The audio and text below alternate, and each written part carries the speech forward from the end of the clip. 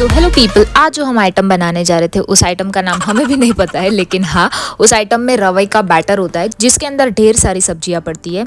सबसे पहले उसके लिए हमने फ्रीज खोला और उसके अंदर जितनी भी हमें भिन्न भिन्न प्रकार की सब्जियां दिखी वो हमने सारी ले ली। और हमारी आलस को मद्देनजर रखते हुए इशिका ने ये कुछ, उसके पास ऐसा कटर पड़ा था तो उसने बोला कि हम सारी सब्जियां इसी में काट लेते हैं। उसके लिए उसने मुझे बोला कि सारी सब्जियां मतलब ऐसे थोड़े थोड़े पीसेस करके दे, तो फिर वो चकेड़ा घुमा देगी जिससे हमारी सारी सब्जियां एकदम ऐसे चॉप हो जाएगी। बेसिकली ये चॉपर था और यार काफ़ी इजी काम हो गया, वाह भाई वाह।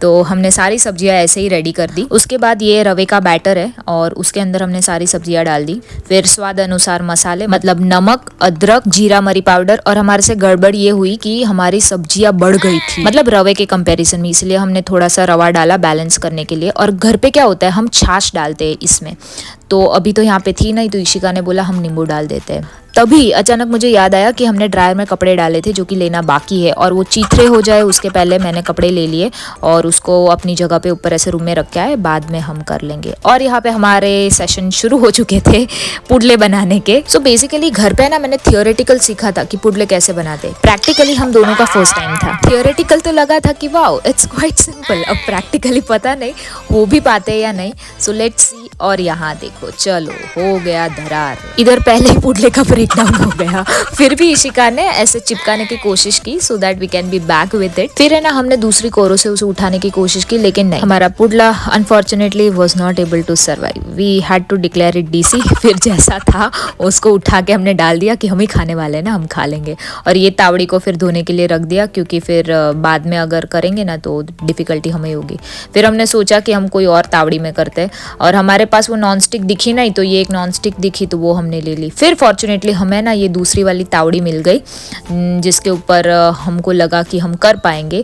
ये थोड़ा ऐसा उठाने में डिफिकल्टी होगी तो इशिका को और एक दूसरी डोसा वाली पैन मिली तो उसने ना वो वाली भी ले ली। और हमने सोचा दोनों एक साथ बनाने लगते तो ऐसे फटफट ऐसे पुडले उतरेंगे, क्योंकि है ना दोनों को बहुत गंदी भूख लगी थी। और पता है इस टाइम पे ऑलमोस्ट 10:30 बज चुके थे। अब यहाँ पर है ना मुझे भी डिफिकल्टी हो रही थी तो इशिका ने बोला मैं तो धुरंधर हूँ भाई, so I will try to pick it up. और वाओ एक्सीलेंट। फिर हम ऐसे करते उठा के फिर ऐसे चिपका देते, जो थोड़ा बहुत चिपका वो। और वैसे भी ठीक है ना, हम ही खाने वाले, इंडिया का नक्शा मिले या फिर यूएसए का, इट डजंट मैटर। उसके बाद तो हमने भलते भलते कॉन्टिनेंट्स भी बना के निकाले बट खैर हम ही खाने वाले थे।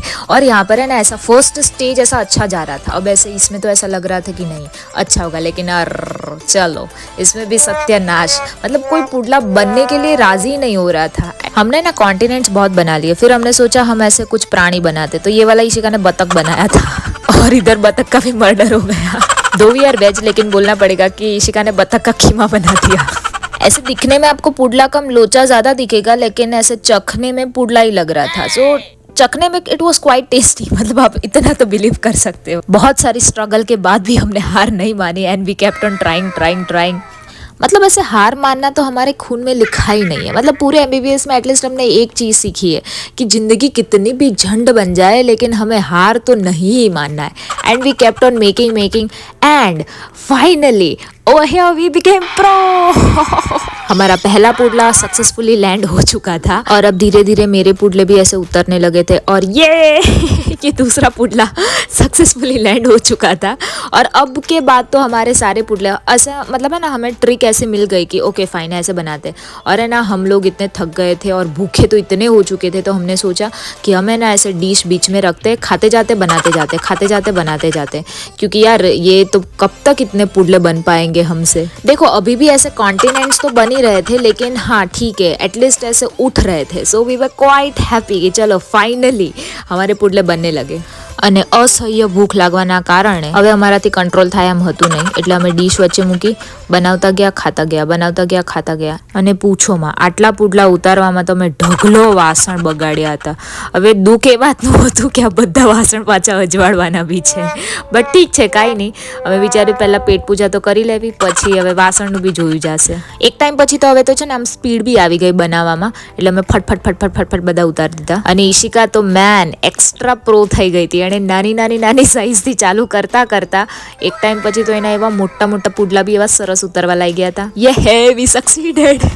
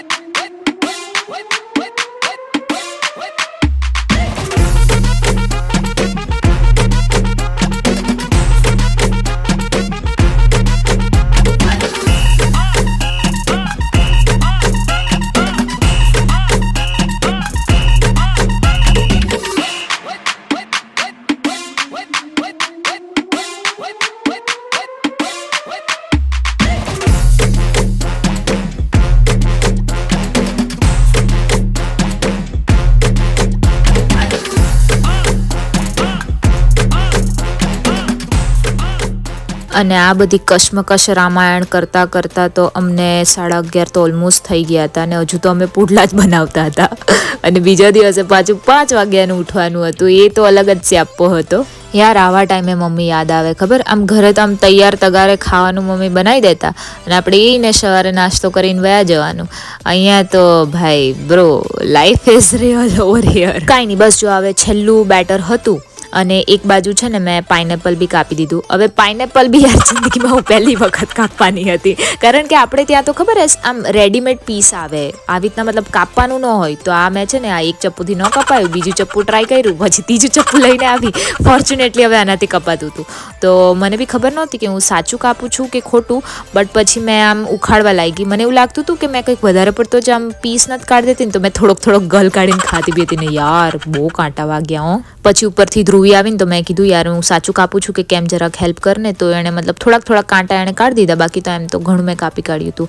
પણ bro, pineapple was quite tasty, બહુ જ મસ્ત હતું ભાઈ, મજા આવી ગઈ મને તો. પણ આમ કાપેલું હોતે તો આમ વધારે મજા આવતે, બટ ખેર આ બી ઠીક છે. હવે આ બધું તો ઠીક છે, મોજ કરી લીધી. હવે આ ઠીક રાજવાડવાના. ઓ માય ગોડ, જો તો ખરું કેટલું મેસી કર્યું છે. પછી ફટફટ અમે વાસણ અજવાળીને સોટ. બ્રો આજે તો એક જ ઘડીમાં ઊંઘ આવી ગઈ અને ઊંઘતા જ ઓલમોસ્ટ 12:30-1 વાગી ગયો હતો.